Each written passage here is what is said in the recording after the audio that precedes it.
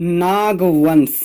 नागवंशों का उदय मध्य भारत तथा उत्तर प्रदेश के भूभागों पर हुआ था। पुराण के अनुसार पद्मावती, मथुरा तथा कांचीपुर में नाग कुलों का शासन था। इनमें पद्मावती और मथुरा के नाग वंश ने गुप्तों के पूर्व प्रमुखता पाई। मथुरा में 7 और पद्मावती में 9 नाग कुलों ने शासन किया था। पद्मावती के नाग लोग भारस्यु कहलाते थे क्योंकि वे अपने कंधों पर शिवलिंग वाहन करते थे। 4वीं शताब्दी ईस्वी के मध्य में समुद्रगुप्त ने आर्यावर्त के बहुत से राजाओं का उन्मूलन करने का दावा किया।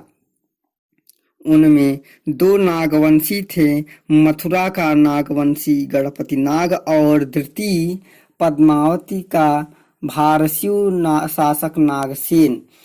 प्रतीत होता है कि गुप्त शासकों के दलित नागवंशों के साथ मैत्रीपूर्ण संबंध थे।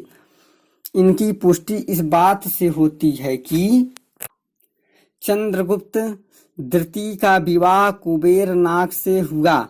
उन्होंने सर्वप्रथम या सर्वनाग नामक एक नाग सरदार को विषयपति या प्रांतीय गवर्नर नियुक्त किया था। महत्वपूर्ण तथ्यों में महाभाष्य में शकों को आर्निवासित शूद्र कहा गया है। एजेज और एसिलिसिस एजेज को 58 ईसा पूर्व से आरंभ होने वाले विक्रम संवत की स्थापना माना जाता है। नाहपान का सेनापति उसावादात था। दंडनायक और महादंडनायक पद कुषाण प्रशासकीय मशीनरी की कड़ी थे। कनिष्क बहुदेववाद में विश्वास करता था। रॉलिंस ने सुकरात और एक भारतीय दार्शनिक की भेंट का उल्लेख किया है। गार्गी संहिता में यवन को बर्बर कहा गया है। भारतीयों ने यूनानियों से सिक्कों के दोनों ओर अंकित करना सीखा। भारतीयों ने पर्दे, चाटुकार तथा विदूषक के विचार यूनानियों से ग्रहण किया। प्रवरसेन द्वितीय को सेतुबंध लिखने में कालिदास ने सहायता की थी। जनगणना कराए जाने का प्रथम अभिलेखीय साक्ष्य खारवेल के हाथी गुफा अभिलेख से प्राप्त होता है। वाकाटक शासक प्रोफेसर डब्ल्यू के अनुसार वाकाटक वंश 3री से 6ठी शताब्दी तक दक्षिण में राज्य करने वाले सभी वंशों में श्रेष्ठ थे। वाकाटकों को मूल के संबंध में विभिन्न मत है। कुछ विद्वानों के अनुसार वाकाटक विष्णुवृद्धि गोत्र के ब्राह्मण थे। इनके पूर्वज सातवाहनों के अधीन बरार के स्थानीय शासक थे। प्रोफेसर मिरासी के अनुसार वाकाटक दक्षिण के ही रहने वाले थे। इस पक्ष में उन्होंने तर्क दिए हैं कि उनके संस्कृत और सांस्कृतिक या प्राकृतिक भाषा के अभिलेख दक्षिण की एक अन्य जाति पल्लवों से मिलते जुलते हैं तथा दक्षिण के सातकर्णी, कंदम और चालुक्य शासकों की भांति वाकाटक शासक भी अपने आप को हरित पुत्र कहते थे। पल्लव और कंदब आदि शासकों की भांति उन्होंने भी धर्म महाराज की उपाधि धारण की। अब बहुत से इतिहासकार इसी सिद्धांत से सहमत हैं। इस वंश के अनेक प्रतापी शासक हुए जिन्होंने 3री से 6ठी शताब्दी यानी लगभग 255 से 510 ईस्वी तक दक्षिण और मध्य भारत में अनेक भागों पर राज्य किया। महत्वपूर्ण तथ्यों में सिक्के में शीशे का इस्तेमाल सातवाहनों ने किया। जीवदमन के सिक्के पर पहली बार तिथि दर्ज की गई। धनदेव और अयोध्या अभिलेख के अनुसार पुष्यमित्र शुंग ने 2 अश्वमेध यज्ञ किए थे। सातवाहन अधिकारियों तथा सामंतों की पत्नियां अपने पति के प्रशासनिक पदनाम को धारण करती थी, जैसे महासेनापति, महातलवारी। इंडो ग्रीक प्रशासन में क्षेत्र में विशेष के शासक को मेरिदर्घ कहा जाता है। अमात्य शब्द का प्रथम अभिलेखीय साक्ष्य सातवाहन काल में प्राप्त होता है, जबकि साहित्यिक साक्ष्य अर्थशास्त्र में है। भूमि अनुदान का प्रथम साक्ष्य सातवाहन काल यानी नागनिक का नानाघाट गुफालेख से प्राप्त होता है। सातवाहन प्रशासन में जनजातीय क्षेत्रों का प्रशासक गौलमिक तथा खजांची के पद पर हेरनाका नामक अधिकारी नियुक्त होता था। विंध्य शक्ति यानी 255 ईस्वी से 275 ईस्वी वाकाटक वंश का संस्थापक विंध्य शक्ति था, जिसे शिलालेखों में वाकाटक वंश सेतु कहा गया है।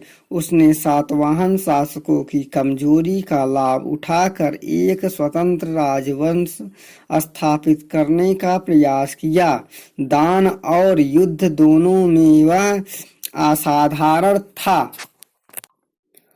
प्रवरसेन प्रथम 275 ईस्वी से 335 ईस्वी प्रवरसेन को उसके महत्वपूर्ण कार्यों के कारण वाकाटक वंश का वास्तविक संस्थापक माना जाता है।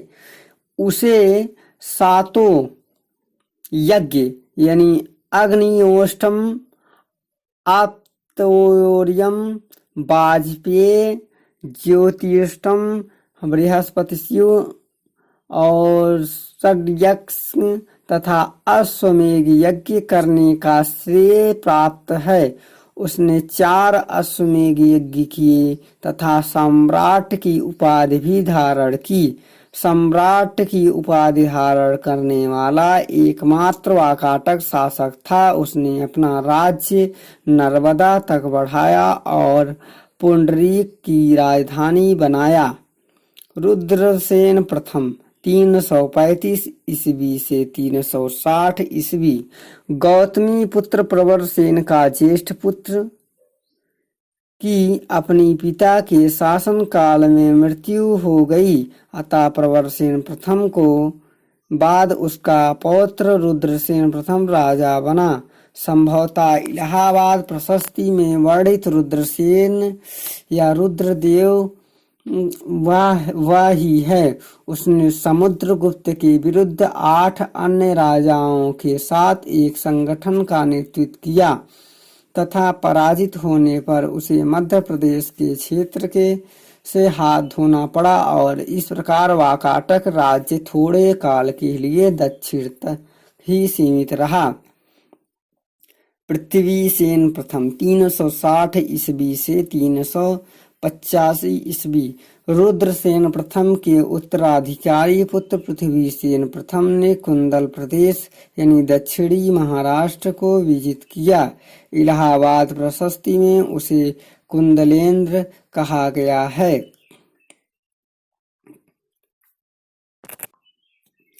रुद्रसेन द्वितीय 385 ईस्वी से 410 ईस्वी रुद्रसेन द्वितीय ने चंद्रगुप्त द्वितीय की पुत्री प्रभावती गुप्त से विवाह किया। वह सम्मान और गौरव प्राप्त किया। रुद्रसेन द्वितीय के बाद उसका नाबालिग पुत्र दिवाकर सेन राजा बना। इस काल में प्रभावती गुप्त ने बड़ी कुशलता से राजकाज संभाला।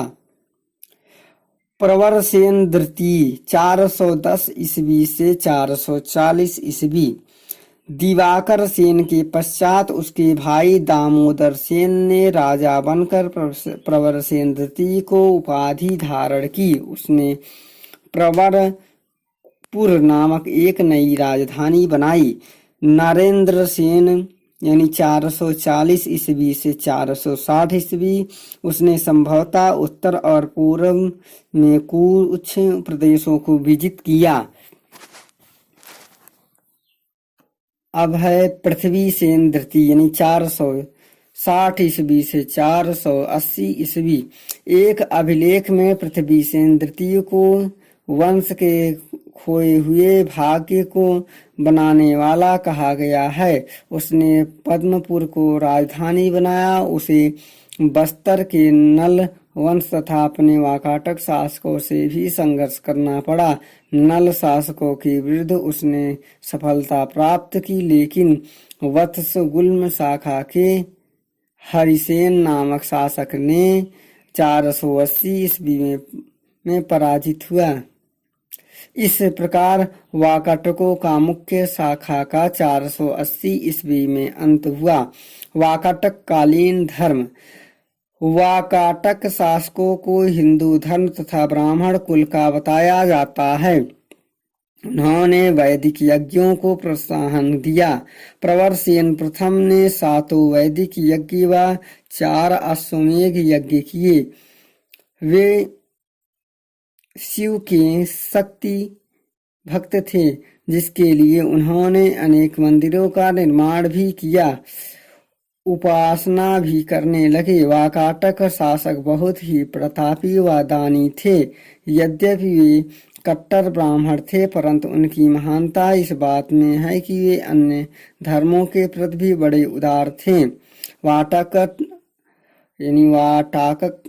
वाकाटक कालीन साहित्य। वाकाटक शासक विद्या और साहित्य के पोषक ही नहीं वरन स्वयं भी महान लेखक थे। प्रवरसेन द्वितीय प्रभावती का पुत्र महान लेखक था। वह सेतुबंध काव्य का लेखक था। कहा जाता है कि कालिदास ने प्रवरसेन द्वितीय के संरक्षण में ही मेघदूत नामक ग्रंथ की रचना की तथा सेतुबंध लिखने में उसकी सहायता की थी। वत्सगुल्म शाखा के संस्थापक सर्वसेन ने भी अप्राकृत भाषा में हरि विजय नामक काव्य की रचना की। यह ग्रंथ अब उपलब्ध नहीं है।